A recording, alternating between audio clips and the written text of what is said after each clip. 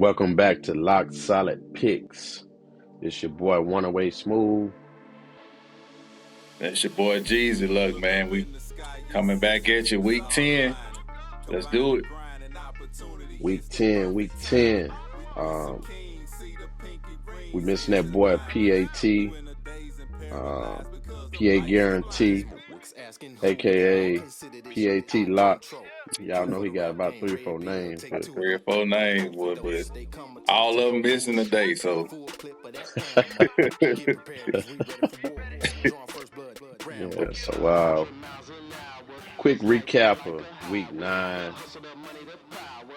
We went 4 for 4. We had some dogs let us down. We took a shot on Devontae Adams, new quarterback, new coach.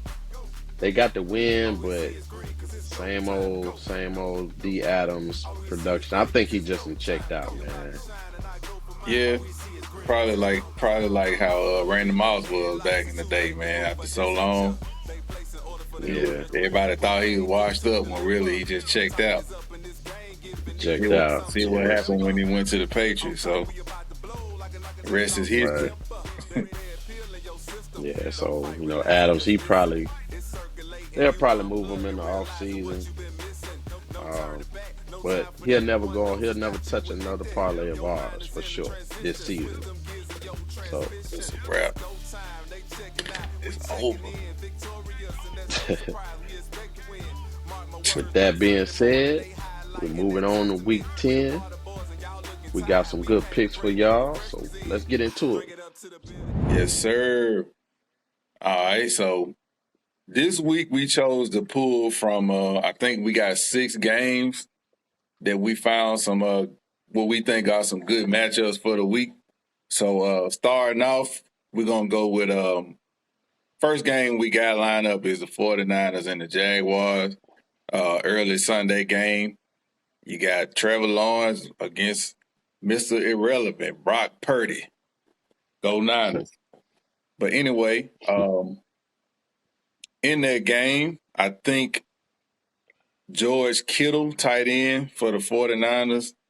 I think he's going to have a pretty good game this week, man, because past couple of weeks, ever since Debo's been injured and Christian McCaffrey's been kind of banged up, man. Purdy has been really going back to that chemistry that he developed with Kittle late in the year last year, man. So with that being said, I think we are gonna go with 40 yards on him, 40 reception yards. I think he'll blow through that like crazy, man. So what you think? Oh yeah, man. I think this is a gift from the sports books, man.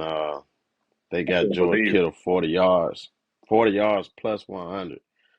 Now we know Debo is scheduled to come back this week. McCaffrey is supposed to be at full strength, but like you said, man, Purdy got that rapport with Kittle, and the tight end is a quarterback's best friend. 40 yards, Kittle sound like a lock to me. Lock it. Next matchup that we have, another early game. We got the Green Bay Packers at the Pittsburgh Steelers. For that game, I think a favorable matchup will be wide receiver Deontay Johnson. And I think with him, I can see him getting 50 yards, man, on the Packers. What about you? Oh yeah, definitely, man.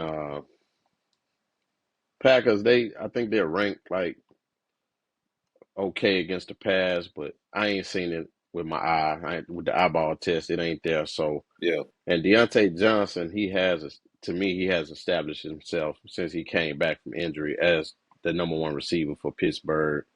He does more things than Pickens. Pickens, I feel, is like just their deep threat, their strong go-to receiver. Johnson, he can run a route tree. He all over the field. I like him, man, for 50. Yeah, I think 50 yards is a lock, man. He's probably gonna get more than that, but 50 yards for sure. So on that note, lock it. So the next matchup, another early game. We got a matchup between two young star quarterbacks, one up and coming, one has been established for the last couple of years. But we're only going to go with one in this matchup. But first, let me tell you the game. It's going to be the Houston Texans at the Cincinnati Bengals. All right, Cincinnati at home against the Houston Texans, who are playing very well this year. I know y'all probably thinking we going with Joe Burrow for passing yards, right? Uh-uh. We going with the young stud, Paul, C.J. Stroud. And not only has he been just electrifying this year, he's made it seem like Carolina made a mistake picking Bryce Young over him.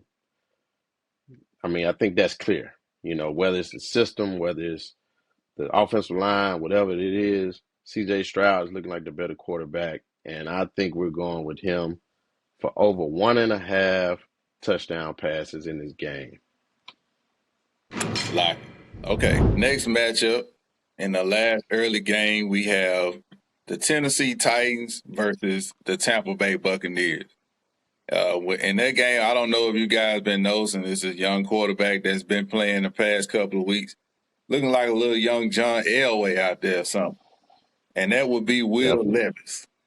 Um, man, I've been saying the boy been balling out ever since. He let that chopper ring, you know what I'm saying? Like just throwing the ball here, throwing the ball there.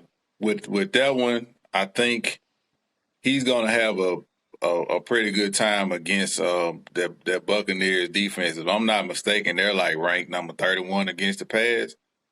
So That's correct. even though I think he's gonna do a whole lot better than this, I think you can't go wrong with 225 yards or more passing. I agree, man. 225 yards passing is a minus 104 in the sports books. Against a Tampa Bay defense, like you said, is ranked 31st against the pass. Uh, man, he's probably gonna go for over 300 in this game. D Hop gonna have a big game. Uh, Will Levis, 225. Lock it. Okay, sticking with that same game, we have his number one receiver. That'll be DeAndre Hopkins, D Hop. Um, man, if I feel like if Levis is gonna have the type of game that we think he's gonna have, D Hop's gonna have a great game. So with that being said, man, I think 5 receptions will work great for you. He's gonna do better than that, but 5 would be a good starting point if I was betting this Sunday. What you think? Yeah, man, I think that's a safe bet, and it has great odds at minus 136, 5 plus receptions. He's probably gonna go for over 70, 80 yards in this game. 5 plus receptions for minus 136. D Hop, lock it. For our late afternoon games, we have 2 matchups that we want to talk about. The first one being, and I think it's going to be a lot of fireworks in this game. The Detroit Lions versus the Los Angeles Chargers. You got a matchup of two quarterbacks, 2-star quarterbacks. You got for the Lions, you got Jared Goff, who's been lighting it up pretty much this year, and then you got Justin Herbert, who's been lighting it up this year too, off and on. So with that being said, I think it's probably going to be a lot of points scored in this game and a lot of touchdown passes. My first pick would be on the road quarterback, getting at least 2 touchdown passes. So that would be my bet for this week. I think his line is set for is Goff's line set for 1.5 touchdowns, or Yeah, how is that set up this week? yeah, yeah. Golf is set up for over 1.5 Okay, passing touchdowns, and that's a minus 114. So great odds on that. okay. And then on the opposing side, you got Justin Herbert. I think his line is set at 1.5 as well. Am I right? Hmm. Okay. So, man, I think they should easily surpass those numbers, that should be a breeze. So over 1.5 for Herbert, over 1.5 for Goff. In my opinion, lock it. And then, of course, they got to have somebody to throw it to. So we're going to go with both opposing receivers. All right, we got for the Lions, we have Amon-Ra St. Brown. He's been lighting it up the whole year. He's going to show out this week. And if I were a betting man, I would go, I'd say over 80 yards. What you think Well, about I'm that one? glad you are. Yeah. I'm glad you are a betting man, because otherwise we wouldn't be on this channel. But but yeah, St. Brown for over 80 yards. Man, the kid been lighting it up. Him and Golf got a great connection. That's a lock, man. Stop playing with that boy. 80 yards. 80 yards, lock it. Keenan Allen on the other end, he's been pretty consistent for Herbert. I don't see no way he doesn't get at least 70 yards this week. Oh man, that's a lock. Go on, lock it.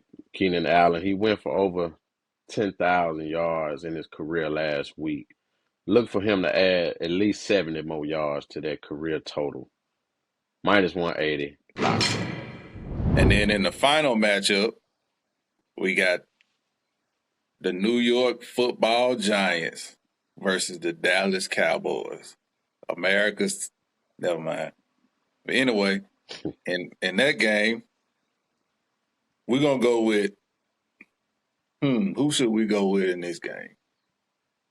Oh, it's a no-brainer. I say wide receiver CeeDee Lamb. What you got, man? No brainer. Ain't nobody else to look at in this game but CeeDee Lamb. I mean, if you want to go Dak yards, passing yards, but we going with CeeDee Lamb 80 yards at a minus 106. He been killing it. Been going over 100 the past couple of weeks. Lock. That's gonna be our main ticket, but we do have some sleepers that we want to tell you about this week. One of them, going back to that 49ers and Jags game, go Niners. We got Jawan Jennings. Now this right here is a little bit too good to be true. Pick right here, where they have his line at over at 14 and a half, so you can go over or under. I'm going with 14 and a half. I'm going with the over on that one. He's been pretty consistent, especially on third downs, man. That's why he got the nickname Third and Jawan. So 14 and a half yards, man, you can't beat that.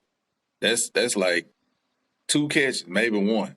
So for me, that's a good sleeper pick. Another guy, what's your guy's name from the Titans, Tennessee Titans? That would be Nick Westbrook-Akeem. I Okay. think I'm pronouncing that right. But they got his over at 18 and a half. Again, with Will Levis at quarterback. He's definitely a passing quarterback. He's gonna get the ball to these guys.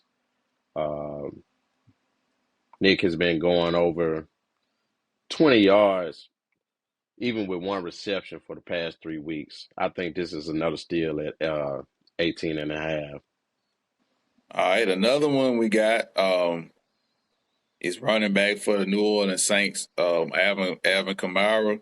Kamara, however you say it, tomato. We got him. Man, he's been pretty consistent with rushing and receiving, but you can't go wrong on the receiving. 25 yards. You book that, lock it, stamp it, whatever. Take it to the bank. You're gonna be taking it to the bank if you make this pick though. So That's a lot. that's a lot. And then the final one, back to the 49ers and Jags game. One thing we didn't talk about, man, Jags got a pretty good slew of weapons when it comes to receivers and the running back ETN, but a lot of people don't talk about a forgotten man, Evan Ingram, the tight end. We got him for 40 plus yards. And the reason why, like I say, Trevor Lawrence got so many weapons that, he might be a forgotten man or, in certain matchups, he might be wide open because you got to worry about everybody else. So we think that's another sleeper lock for this week. And I think that's all we got this week, man, unless you got any more sleepers that you might want to add. No, I think those. I don't really want to touch. I don't really want to touch the rest of those games. I don't like the matchups in them. So I think these are some good sleeper picks. You can either add them to our main parlay or parlay those sleepers themselves, and that'll get you some pretty good money back. All right, so there you have it, ladies and gentlemen. We got our picks for the week for you. Our lock solid picks we got for our quarterbacks. We got Justin Herbert over 1.5 touchdown passes. We got Jared Goff over 1.5 touchdown passes. We got Will Levis over 225 passing yards. We got C.J. Stroud over 1.5 touchdown passes. We got Deontay Johnson, Pittsburgh Steelers wide receiver, 50 yards receiving, over 50 yards receiving. We got Amon-Ra St. Brown, Detroit Lions, receiving 80 yards, over 80 yards. We got Keenan Allen, wide receiver, Chargers, over 70 yards receiving. We got that boy George Kittle, Go Niners, tight end, over 40 yards receiving. And then we got DeAndre Hopkins, 5 receptions. CeeDee Lamb, 80 yards receiving. And there you have it, our Week 10 lock solid pick.